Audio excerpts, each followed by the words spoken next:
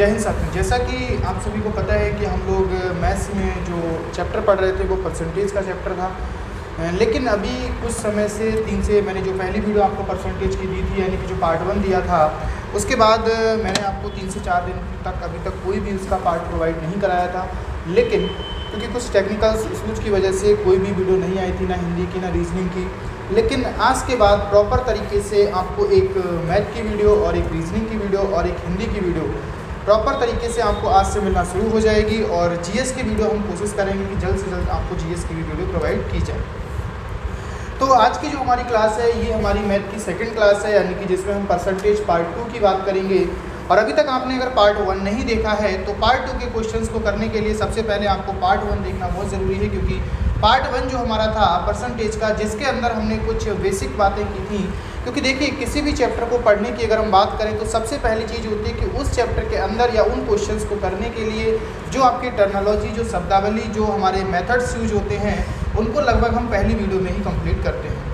तो जो हमारी पहली क्लास थी उसमें हमने सीखा था कि परसेंटेज से, क्योंकि देखिए अभी हम जो सवाल करेंगे उसमें हम रेशियो मेथड का यूज़ करेंगे। तो रेशियो मेथड में आपको परसेंटेज से फ्रैक्शन, फ्रैक्शन से परसेंटेज, ये सारे जो आपको बदलने पड़ेंगे, ये जो है वो आपको आनी चाहिए, जिसको हमने फर्स्ट वीडियो में कंप्लीट किया था। और इसके बाद हमने ये भी देखा था कि किसके रिस्पेक्ट में परसेंटेज निकलती है, नीचे कौन आता है, ऊपर कौन आता है, क्या परसेंटेज होती है, इन सारी चीज़ों के बारे में हमने फर्स्ट वीडियो में चर्चा कर दी थी। और आज की हमारी जो सेकंड वीडियो है जिसके अंदर हम बात करेंगे, आपने देखा होगा जिसे हम कहते हैं कि सक्सेसिव केस।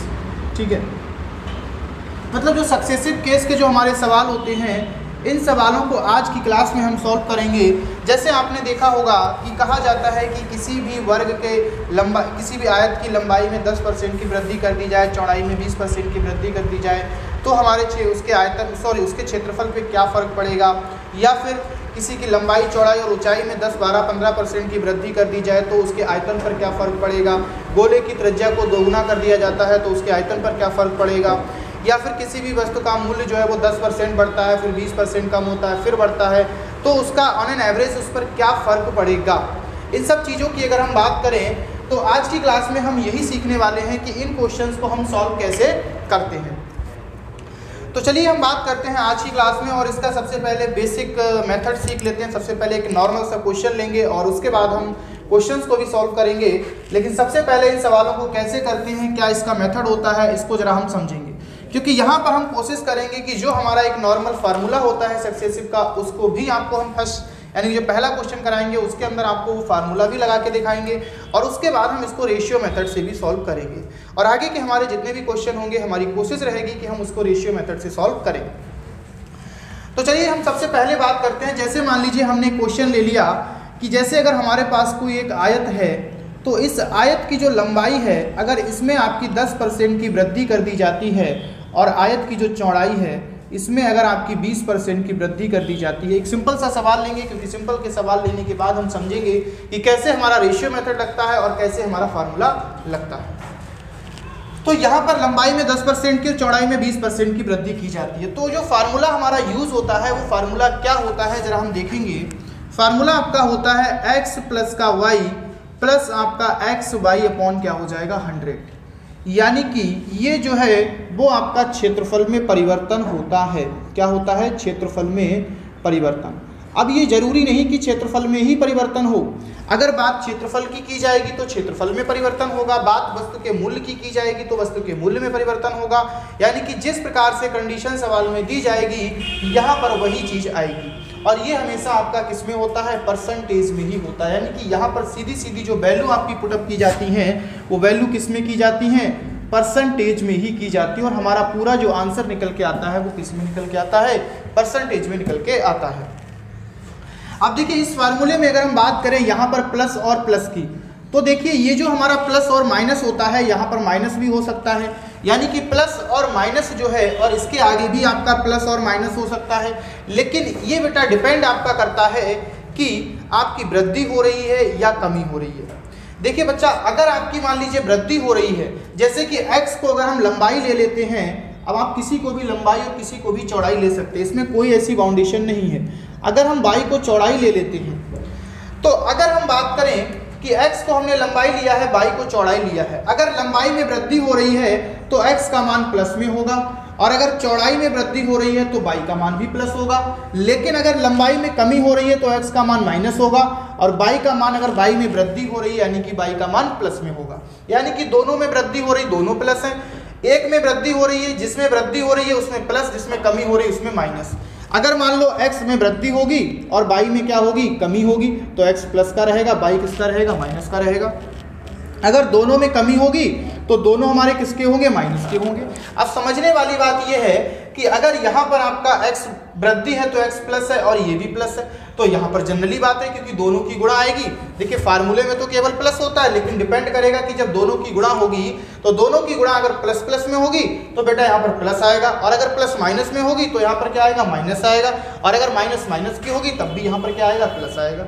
यानी कि एक कंडीशन बनेगी कि जब दोनों अपोजिट डायरेक्शन में अपोजिट होंगे तो यहाँ पर माइनस बनेगा, और इधर जैसा जी अपोजिट होगा वही आपका बन जाएगा। अगर हम इस फार्मूले से इस क्वेश्चन को करना चाहें, देखिए इस फार्मूले में मैंने आपको बता दिया फार्मूला सिंपल ही होता है आपका x प्लस का y बराबर xy/100, और ये जो प्लस माइनस है वो आपका डिपेंड करता है, मतलब कि आपका जो वृद्धि हो रहा है तो प्लस होगा और कमी हो रहा है तो माइनस होगा। दूसरा, चाहे लंबाई हो सकता है, चौड़ाई हो सकता है, वस्तु के मूल्य में परिवर्तन हो सकता है, वो आपका कुछ भी हो सकता है। अगर हम बात करें इस फार्मूले से, अगर हम इस सवाल को सॉल्व करेंगे तो देखिए बेटा दोनों में क्या हो रहा है, मैंने कहा लंबाई में भी वृद्धि की जाती है और चौड़ाई में भी वृद्धि की जाती है। अगर लंबाई आप 10 मान लेते हैं तो देखिए बेटा क्या होगा, ये आपका 10 हो जाएगा प्लस, और ये चौड़ाई जो है वो कितनी हो जाएगी, 20 हो जाएगी।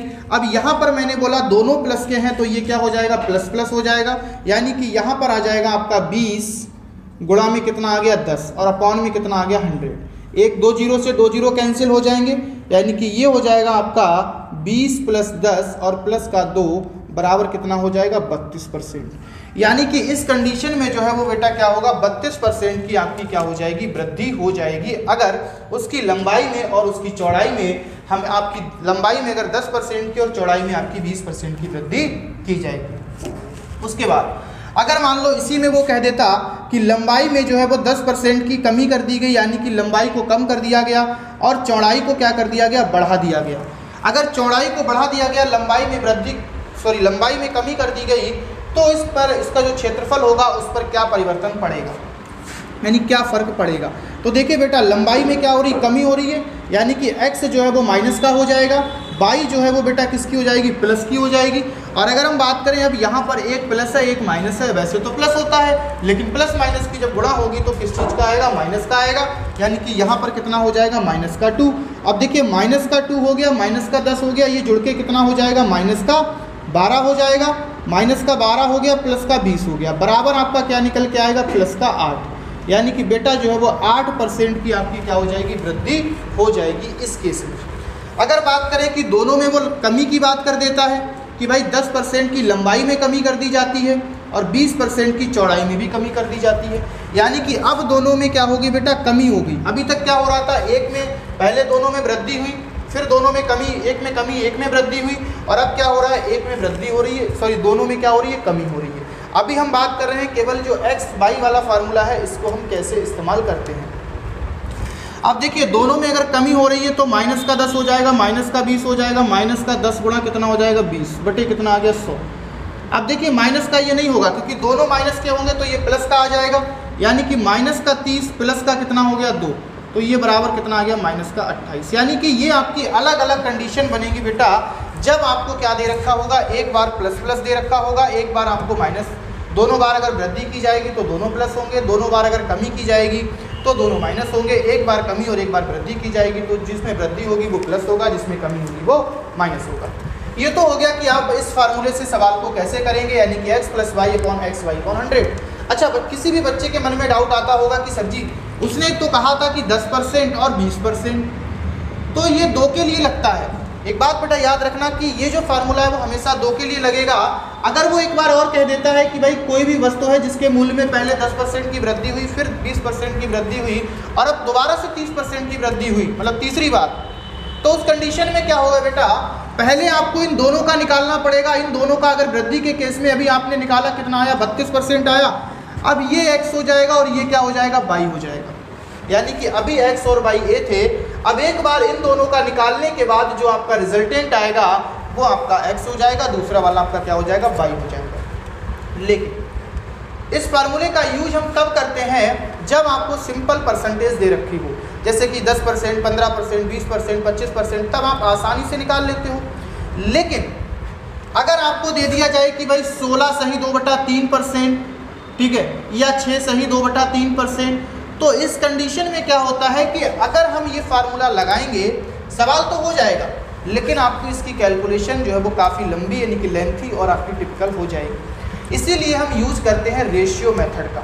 ये तो मैंने आपको पूरे एक सवाल के अंदर सिंपल तरीके से बता दिया कि इस सवाल में अगर आप एक्स वाई वाला मेथड यूज करेंगे तो एक्स वाई वाले मेथड से आप सवालों को कैसे कर सकते हैं। आगे हमारे जितने भी सवाल होंगे उन सभी सवालों के अंदर हम क्या लगाएंगे, रेशियो मेथड को लगाएंगे। अब देखिए, इसी पर हम देखेंगे कि रेशियो मेथड को कैसे अप्लाई करते हैं केवल एक कंडीशन पर, और फिर हम उसके आगे चलेंगे सवालों पर, एक एक सवाल को करते चलेंगे कि किस किस प्रकार के सवाल आपसे इसके अंदर पूछे जाते हैं। चलिए, अब देखिए, यही वाला हम अगर क्वेश्चन ले लें कि जैसे आयत था और आयत में जो है वो आपकी 10% लंबाई में वृद्धि की गई और 20% चौड़ाई में वृद्धि की गई। दोनों में बेटा क्या हुई है, वृद्धि हुई है। दोनों में वृद्धि हुई है तो मैंने आपको बताया है कि अगर आपको रेशियो मेथड लगाना है तो परसेंटेज से फ्रैक्शन में और फ्रैक्शन से परसेंटेज में चेंज करना आपको आना चाहिए। यानी कि 10% को अगर आप फ्रैक्शन में चेंज करेंगे तो मैंने आपको पहले ही बता दिया था कि अगर हम परसेंटेज से, अगर आपने पहली क्लास नहीं देखी है तो आप जाकर जरूर देख लें। मैंने वहाँ पर आपको बताया है कि अगर आप परसेंटेज से फ्रैक्शन में चेंज करते हैं तो उस कंडीशन में क्या होता है, हम 100 से भाग करते हैं। और मैंने आपको याद रखने का तरीका भी बताया था। मैंने कहा था कि क्या होता है कि जब आप परसेंटेज से फ्रैक्शन में जाएंगे तो आपको पता है कि फ्रैक्शन में हर भी होता है, और हर होने का मतलब हर जब ही आएगा जब हम किसी नंबर से भाग करेंगे। और परसेंटेज पढ़ रहे हैं तो परसेंटेज में हमेशा नंबर वो क्या होता है बेटा, 100 ही होता है। यानी कि अगर हम इसे 100 से भाग करेंगे तो ये कितना बदल जाएगा, 10/100, यानी कि ये बदल के कितना आ गया, 1/10 आ गया। तो कहने का अर्थ ये है कि 10% का मान जो है वो फ्रैक्शन में बेटा सीधा सीधा कितना हो जाएगा, 1/10 हो जाएगा। और 20% का यानी कि 20/100, तो 20/100 की अगर हम बात करें तो 20/100 का मान कितना आ जाएगा आपका, 20/100 की अगर हम बात करेंगे तो 1/5 आ गया। यानी कि दोनों में वृद्धि हो रही है तो ये 10 से कितना हो गया, 11 हो गया, और ये 5 से कितना हो गया, 6 हो गया। ये आपका 10 से 11 हो गया, ये आपका कितना हो गया, 5 से 6 हो गया। अब अगर हम देखेंगे कि इसमें कितने की वृद्धि हुई है, क्योंकि हमको परसेंटेज ही तो निकालनी है, तो जरा देखिए इसको अगर हम देखेंगे तो इन दोनों की आपस में क्या हो जाएगी, गुणा, यानी कि 50, इन दोनों की आपस में गुणा करेंगे यानी कि 66। अब देखिए भैया, गुणा क्यों करते हैं, क्योंकि आपको पता है क्षेत्रफल क्या होता है, लंबाई गुणा चौड़ाई होता है। ये आपकी पहले की लंबाई है, पहले की चौड़ाई है, ये बाद की लंबाई है, बाद की चौड़ाई। तो लंबाई गुणा चौड़ाई तो क्षेत्रफल होगा, यानी कि पहले का क्षेत्रफल होगा और ये क्या होगा, बाद का क्षेत्रफल होगा। अब आप देखेंगे कि इन दोनों में कितनी वृद्धि है, 16 की वृद्धि है। और आपको पता है कि परसेंटेज हमेशा किसके रिस्पेक्ट में निकलती है, जिसके रिस्पेक्ट में पूछा जाता है वो चीज़ नीचे आती है। ये बात मैंने आपको पहली क्लास में भी बताई थी। यानी कि जिसके रिस्पेक्ट में पूछा जाता है वो चीज़ हमेशा कहाँ आती है, नीचे आती है। यानी कि 16 बटे कितना हो गया, 50, इंटू कर दिया 100, 50 से काट दिया तो 2, यानी कि यहाँ से भी आपका कितना निकल के आ गया, 32%। तो चाहे आप उस फार्मूले से कर सकते हैं और चाहे आप इस मेथड से कर सकते हैं। आपका रेशियो मेथड होता है, इसमें सबसे पहले आप 10% को फ्रैक्शन में चेंज करेंगे, यानी कि 10 से 11। और मैंने आपको बताया था कि जो परसेंटेज में मान आप लेते हो, अगर परसेंटेज में बेटा वो वृद्धि है, मैंने ये बात भी आपको पहली क्लास में बताई है कि अगर वो बेटा परसेंटेज में वृद्धि है तो ये ऊपर वाला मान जो होता है वो आपका वृद्धि होता है, और अगर वो कमी है तो ऊपर वाला मान कमी होता है, और अगर वो संख्या खुद की इतने % हो जाती है तो ऊपर वाला मान जो होता है वो क्या होती है, संख्या होती है। अब यहाँ पर वृद्धि हो रही है, यानी कि 10 में वृद्धि हो रही है 1 की, तो 10 से कितना हो जाएगा, 11। और वृद्धि के केस में बेटा हम क्या करते हैं, ऊपर वाला मान जोड़ देते हैं, और कमी के केस में क्या करते हैं, ऊपर वाला मान माइनस कर देते हैं।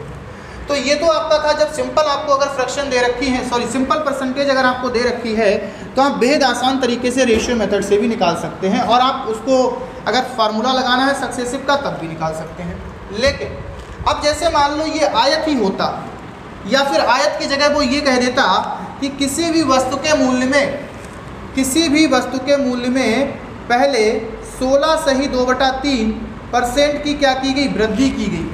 किसी भी वस्तु के मूल्य में पहले 16 सही 2/3% की वृद्धि की गई और उसके बाद उसके मूल्य में 6 सही 2/3% की क्या कर दी गई, कमी कर दी गई। तो बताइए कि वस्तु के मूल्य पर परिणामी क्या फर्क पड़ेगा। यानी कि 16 सही 2/3 की पहले वृद्धि कर दी गई, उसके बाद 6 सही 2/3 की क्या कर दी गई, कमी कर दी गई। तो परिणामी उस वस्तु के मूल्य पर क्या फर्क पड़ेगा। तो देखिए अगर हम बात करें 16 सही 2/3% की, तो मैंने बेटा बोला है कि आपको परसेंटेज से फ्रैक्शन में बदलना डायरेक्ट आना चाहिए, तभी आपके लिए रेशियो मेथड बहुत आसान होगा। अब देखिए 16 × 48 हो तो 50 बटा कितना हो गया, 3 हो गया। अगर 50/3 है परसेंटेज में, अगर आप इसको भाग करेंगे 100 से तो 50 से नीचे 100 कटेगा, यानी कि 50 दूनी 100। तो इसको अगर आप कन्वर्ट करेंगे तो ये कितना आ जाएगा, 1/6। ये आप आराम से कर सकते हैं, पहली वीडियो देखेंगे, पहली क्लास देखेंगे तो पहली क्लास के अंदर मैंने आपको सारी चीज़ें बताई हैं, वहाँ से आप इसको सीख सकते हैं। क्योंकि रेशियो मेथड जब भी लगाओगे तो ये चीज़ आपको डायरेक्ट करनी आनी ही चाहिए। चलिए तो ये कितना हो गया, 1/6 हो गया। अगर हम इसको बदलेंगे तो 6 × 18 तो 20 हो गया, यानी कि ये कितना हो गया, 1/15 हो गया। अब देखिए बेटा यहाँ पर क्या हुआ, 6 से 7 कर दिया गया क्योंकि वृद्धि की गई है, और यहाँ पर बेटा क्या कर दिया गया, 15 से 14 कर दिया गया। क्यों, क्योंकि यहाँ पर क्या हुआ, 15 से 14 हो गया क्योंकि कमी की जा रही है और यहाँ पर वृद्धि की जा रही है। तो अगर बेटा हम इसको देखेंगे, ये कितना हो जाएगा, 2 × 3 = 6 और ये कितना हो जाएगा आपका 2 × 7 = 14। क्योंकि मैंने बोला है कि अगर मैं आपको बता रहा हूँ कि अगर आपके आमने सामने के टर्म यानी कि कोई भी नंबर इधर वाले किसी भी नंबर से कट रहा हो, चाहे वो आमने सामने एक साइड के नहीं कटेंगे, चाहे वो आमने सामने के हो, चाहे वो क्रॉस में हो, चाहे वो ऐसे में हो, कहीं भी हो, आपके एक दूसरे के आमने सामने के नंबर आसानी से कट जाएंगे। अगर जिस भी कॉमन संख्या से कट रहे हैं तो हम उसको पहले काट लेते हैं। तो देखिए ये कितना हो जाएगा, 15 × 3 = 45 और ये कितना हो जाएगा, 7 × 7 = 49। यानी कि बाद का जो मूल्य है वो 49 हो गया और पहले का मूल्य 45 था। तो इसमें कितने की वृद्धि हुई है, 4 की वृद्धि हुई है। अगर 4 की वृद्धि हुई है बेटा, और हमेशा परसेंटेज वृद्धि या फिर परसेंटेज क्षेत्रफल जो भी कमी वृद्धि परसेंटेज जो भी निकलता है वो हमेशा मूल संख्या पर निकलता है, गुणा में आ जाएगा 100। 5 से काटेंगे तो ये 20 हो जाएगा और ये कितना हो जाएगा, 9। यानी कि 20 चौक कितना हो जाएगा, 80/9। बेटा 9 × 8 कितना होता है, 72। 9 × 8 = 72, कितना बचेगा, 8 सही 8/9%। क्योंकि यहाँ से 4 हो गया, 4 बटा कितना हो गया, 45। 5 से इसको काटेंगे तो 5 × 9 = 45, 20 हो जाएगा, 20 चौक 80, 8 × 9 = 72 हो जाएगा और 8 सही कितना हो जाएगा, 8/9%। यानी कि रिजल्टेंट। और देखिए अगर ये वाला मान छोटा है, ये वाला मान बड़ा है, तो इसका मतलब क्या होगा, ये वाला मान छोटा है, ये बड़ा है, इसका मतलब वृद्धि हो रही है, और ये वाला मान अगर छोटा है, ये बड़ा है, तो इसका मतलब क्या हो रही है, कमी हो रही है।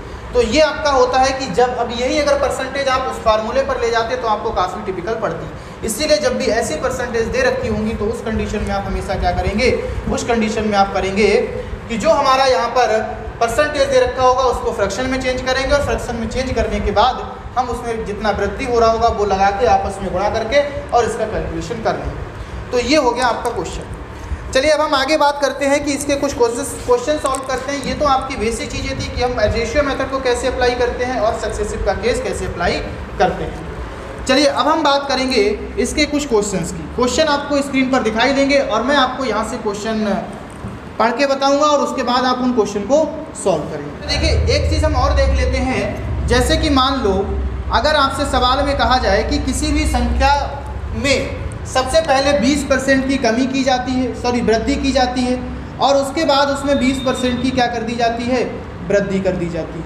यानी कि पहले जो है वो 20% की कमी की गई और उसके बाद क्या हो जाता है, 20% की वृद्धि। यानी कि चाहे संख्या में वृद्धि कमी की जाए, चाहे आयत की लंबाई चौड़ाई में की जाए, चाहे आपका किसी भी वस्तु के मूल्य में की जाए, लेकिन अगर ये वृद्धि और कमी आपस में समान है, अगर ये वृद्धि और कमी आपस में समान है, यानी 20% की वृद्धि है और 20% की ही कमी है, तो कुछ करने की ज़रूरत नहीं होती है। सीधे आप क्या करेंगे, इन दोनों की आपस में गुणा कर देंगे और क्या कर देंगे, 100 से भाग कर देंगे। इन दोनों की आपस में गुणा करके 100 से भाग कर देंगे और जो रिजल्टेंट आएगा वो हमेशा आपकी क्या होगी, कमी ही होगी।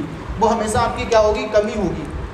अगर जैसे मान लो यहाँ 20% की कमी और 20% की वृद्धि की जा रही थी, तो 20 × 20/100 हो गया, यानी कि 4 आ गया, तो हमेशा 4% की कमी होगी। अगर ये 30-30 का दे रखा होता रेशियो तो 9% की कमी हो जाती। यानी कि अगर आपकी सेम कमी और वृद्धि और कमी सेम है तो उस कंडीशन में इन दोनों की आपस में गुणा करके 100 से भाग कर देते हैं। अच्छा ऐसा होता क्यों, जरा देखिए। अगर आप फार्मूले की बात करोगे तो फार्मूले में एक एक कमी हो रही है तो माइनस का होगा, एक 20 प्लस का होगा। क्यों? क्योंकि एक में क्या हो रहा है, वृद्धि हो रही है। उसके बाद एक में कमी एक में वृद्धि, तो बीच में क्या होगा, माइनस होगा। और देखिए ये 20 गुणा 20 आ जाएगा बटे कितना हो गया, 100।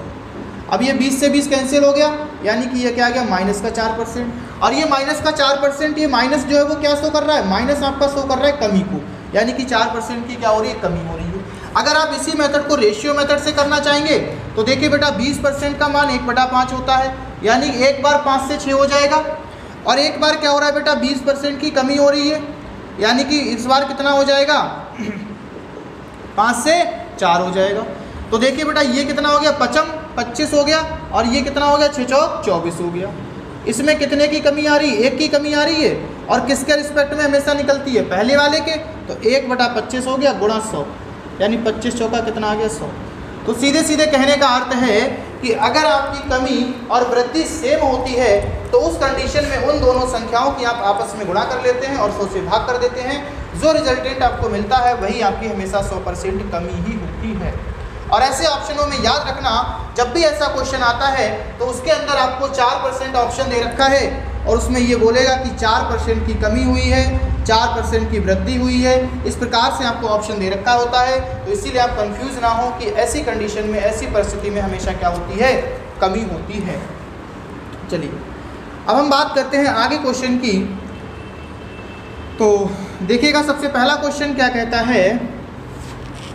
देखिए अगर क्वेश्चन की बात करें तो देखिए क्वेश्चन सामने आपको दिख रहा होगा। क्वेश्चन क्या कहता है कि एक संख्या में 30% की वृद्धि हुई और फिर से 25% की क्या हुई, कमी हुई, और फिर 25% की वृद्धि हुई। संख्या में कितने प्रतिशत की वृद्धि कमी जो है वो निकटतम पूर्णांक में बताइए। यानी कि यहाँ पर पहले 30% की वृद्धि हो रही है, फिर 25% की कमी हो रही है, और फिर 25% की वृद्धि हो रही है। तो ये बताइए कि शुद्ध उसमें कितनी वृद्धि या फिर कमी हुई है, वो भी निकटतम पूर्णांक तक बतानी है, पॉइंट में मान आपको नहीं बताना है। तो देखिए जरा, सबसे पहले आपका क्या हो रहा है सवाल के अंदर, सबसे पहले आपकी हो रही है 30% की वृद्धि, यानी कि बेटा 30% की क्या हो रही है, वृद्धि हो रही है। उसके बाद क्या हो रही है, 25% की कमी हो रही है। उसके बाद अगर हम आगे बात करें, इसमें क्या हो रहा है, 25% की वृद्धि हो रही है। पहले कमी हुई, पहले वृद्धि हुई 30% की, फिर कमी हुई 25% की, और फिर आपकी 25% की क्या हुई, वृद्धि। तो देखिए यहाँ पर 30% किसके बराबर है, आपका 3/10 के बराबर है। फ्रैक्शन में बदलोगे क्योंकि 100 से भाग करोगे, तो 3/10 यानी कि वृद्धि हो रही है, इसका मतलब 10 से क्या हो रहा है, 13 हो रहा है। यहाँ पर कमी यानी कि 1/4 है, इसका मतलब कितना हो रहा है, 4 से 3 हो रहा है। यहाँ पर कितना हो रहा है, 1/4, और ये क्या हो रहा है, क्योंकि 25% 1/4 के बराबर होगा, और इसमें वृद्धि हो रही है, तो 4 से क्या हो गया, 5 हो गया। अब जरा बेटा देखिए 5 एकम 5, और ये कितना हो गया, 5 दूनी 10 हो गया। अगर हम इनकी आपस में गुणा करेंगे तो 4 चौक 16 दूनी कितना हो गया, 32 हो गया। ये 13 तियाँ कितना हो गया, 39 हो गया। यानी कि अगर हम इसमें बात करें तो रिजल्टेंट सवाल में क्या पूछा गया है, वृद्धि या कमी। तो आपने देख लिया कि ये वाला नंबर इस वाले नंबर से बड़ा है, तो इसका मतलब है कि आंसर जो हमारा सही होगा वो कौन सा सही होगा, वृद्धि वाला सही होगा। अब देखिएगा इसमें कितने की वृद्धि हो रही है, 7 की वृद्धि हो रही है। और वृद्धि हमेशा किसके रिस्पेक्ट में प्रतिशत निकलता है, मैंने आपको बोला था कि जो प्रतिशत वृद्धि कमी, या फिर आगे जब आप CPSP की बात करेंगे, यानी कि प्रतिशत लाभ प्रतिशत हानि की बात करेंगे, तो वो हमेशा CP पर निकलता है। यानी कि परसेंटेज हमेशा उस चीज़ पर निकलती है जो हमेशा क्या होती है, फिक्स होती है। अगर हम पहली संख्या की बात करें तो पहली संख्या कभी नहीं बदल सकती, फिर उसमें चाहे कितनी भी वृद्धि करो या कितनी भी कमी करो, वृद्धि कमी करने पर बदल सकती है, लेकिन वो संख्या का मान अगर 3 है तो वो 3 ही रहेगा, 5 है तो वो 5 ही रहेगा। समझ में आया। चलिए अब देखिए यहाँ पर परसेंटेज अगर निकालेंगे तो गुणा में कितना आ गया, 100। अब इसे 4 से काट देंगे, 4 × 32, और ये कितना हो गया, 25। 25 सत्ते कितना होगा बेटा, 175, और इसे 8 से भाग कर देंगे। तो देखिए 8 दूनी 16 आ गया। फिर यहाँ पे कितना बचा, 1 बचा, तो ये 8 सत्ते कितना हो गया, 8। एक बात सोचिएगा पहले, यहाँ पर 8 दूनी 16 हो गया, फिर कितना बचा, 1 बचा। अब ये 15 हो गया। तो जब 15 हो गया तो आपको पता है कि 8 एकम 8 लगाएंगे तो 7 बचेगा, और 7 बचेगा तो वो आगे का मान जो है वो हमारा पॉइंट में बहुत ज़्यादा हो जाएगा। अब देखिए लगा लेते हैं, 8 एकम 8 हो गया, उसके बाद कितना बचा, 7 अगर हमारे पास बचा है तो 8 कितना होगा, 64। और आपको पता है कि दशमलव का मान, मैंने आपको डेसिमल नंबर से इंटीजर में कन्वर्ट करना सिखाया होगा जब मैंने आपको नंबर सिस्टम पढ़ाया था, कि जब दशमलव के बाद का नंबर अगर 5 या 5 से बड़ा होता है तो इंटीजर मान में हम क्या करते हैं, 1 बढ़ा देते हैं। यानी 21.8 को हम क्या लिख सकते हैं, 22% लिख सकते हैं, क्योंकि उसने जो हमारा आंसर पूछा है वो निकटतम पूर्णांक में पूछा है, ना कि पॉइंट में पूछा है। वैसे आंसर आप पॉइंट में देना चाहते तो हम इसको और आगे ले जा सकते थे, लेकिन हम और आगे नहीं ले जाएंगे, क्योंकि दशमलव से पहला नंबर जो हमारा क्या है, इंटीजर मान में मिल रहा है, और सॉरी 0.8 मिल रहा है, यानी कि 0.5 से ज़्यादा है, तो इसीलिए हमारा जो इसका इंटीजर मान हो जाएगा वो कितना हो जाएगा, 22% का हो जाएगा। तो संख्या में जो हमारा रिजल्टेंट होगा वो 22% की क्या होगी, वृद्धि होगी। संख्या के अंदर क्या किया जाएगा, 22% की, आपको ऑप्शन में कमी भी दे रखा है, लेकिन इसमें क्या होगा, 22% की वृद्धि की जाएगी। चलिए अब बात करते हैं नेक्स्ट क्वेश्चन की। तो देखिए, अगर नेक्स्ट क्वेश्चन की बात करें तो नेक्स्ट क्वेश्चन क्या कहता है कि किसी भी गोले की त्रिज्या को दोगुना कर दिया जाए। किसी भी गोले की त्रिज्या को, सवाल आप देखिएगा, किसी भी गोले की त्रिज्या को दोगुना कर दिया जाए, दोगुना कर दिया जाए तो उसके आयतन पर क्या फ़र्क पड़ेगा, ये आपको बताना है। मतलब परसेंटेज में उसके आयतन पर क्या फ़र्क पड़ेगा अगर हम किसी भी गोले की त्रिज्या को 2 गुना कर देते हैं तो। अब देखिए, सबसे पहला पॉइंट मैंने आपको बोला कि इसमें आपको दे रखा होता है कि कितने % की वृद्धि या कितने % की कमी की जाती है, लेकिन इसमें तो कहीं नहीं दे रखा है कि कितने % की वृद्धि है, कितने % की कमी है। लेकिन बस उसने ये कह दिया है कि गोले की जो त्रिज्या है उसको क्या कर दिया गया, 2 गुना कर दिया गया। अगर गोले की त्रिज्या को 2 गुना कर दिया गया तो जरा आपको खुद समझना होगा कि अगर मैं आपसे कहूं कि बेटा ये 4 है, अब इस 4 को बेटा क्या कर दिया गया, डबल, यानी कि 8, तो जरा बताओ कि इसमें कितने % की वृद्धि हुई। तो अगर आपने 4 को 8 किया यानी कि डबल किया तो कितने की वृद्धि हुई, 4 की वृद्धि हुई। किसके रिस्पेक्ट में वृद्धि होती है, हमेशा पहले वाली संख्या के रिस्पेक्ट में वृद्धि होती है, यानी कि 4 के रिस्पेक्ट में वृद्धि होगी 4, और गुणा में हम क्या कर देंगे 100, यानी कि 4 से 4 कटेगा तो इसका मतलब क्या है, 100% की वृद्धि है।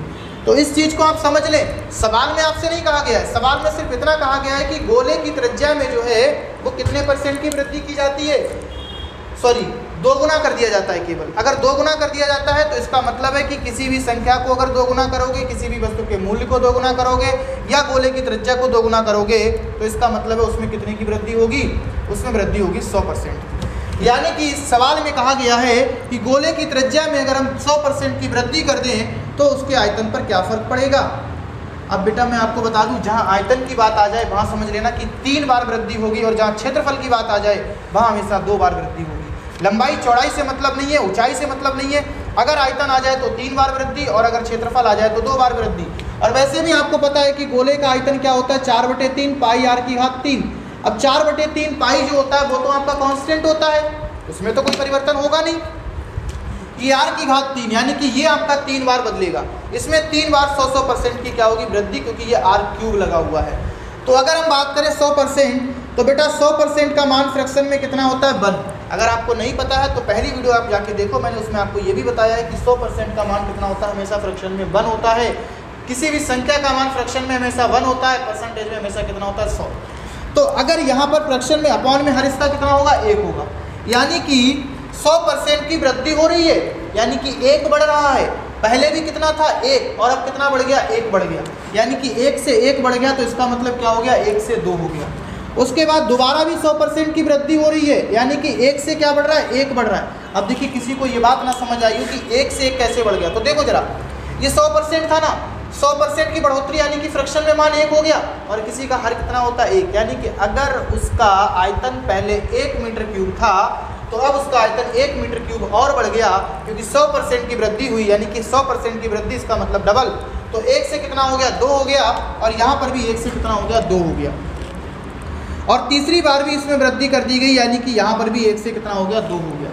अब अगर हम बात करें कि इन तीनों की आपस में गुणा कर लेंगे तो कितना आ जाएगा, 1 आ जाएगा, इन तीनों की गुणा कितनी आ जाएगी, 8। अगर हम इनके डिफरेंस की बात करेंगे तो इनका डिफरेंस कितना है, 7 है बेटा।